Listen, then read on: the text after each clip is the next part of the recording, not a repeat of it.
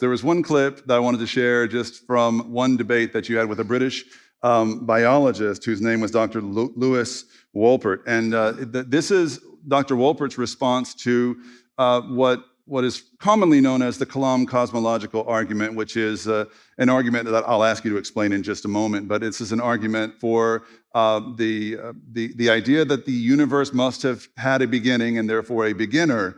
And Dr. Wolpert argued in response that, well, that beginner doesn't need to be God. And this is what happened next. I was simply saying that this is not a mere matter of speculation, that there's more than a tiny bit of evidence on the table. But is he saying evidence for what? Evidence for a beginning of the universe. Yes. Well, we know that. Nobody All disagrees. right, well, that's what I'm offering in this first argument, is the evidence. But because there's a beginning doesn't imply a God.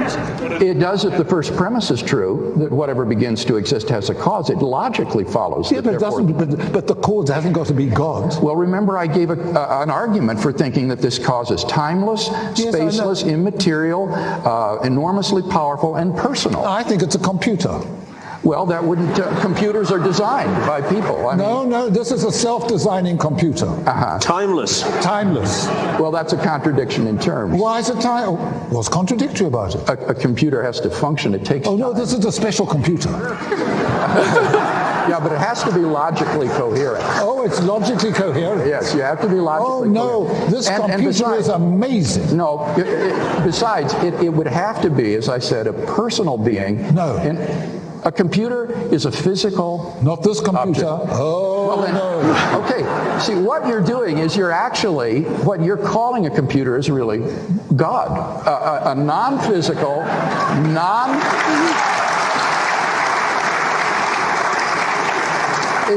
It's just another word if you rob it of all the attributes that make it a computer. Yeah, teach me your ways, Dr. Craig. So good.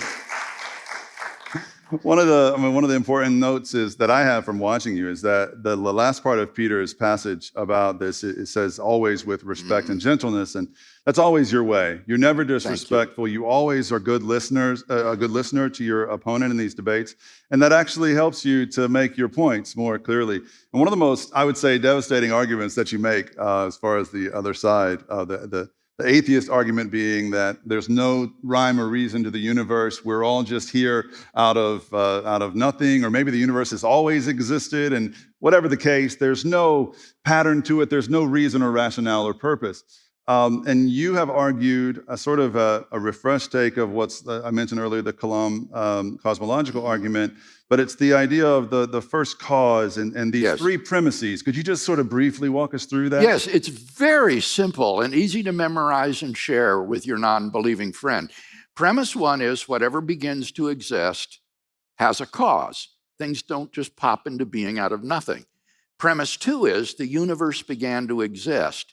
And here you can appeal to philosophical arguments and powerful scientific evidence from contemporary cosmology to show that the universe is not past eternal, but began to exist.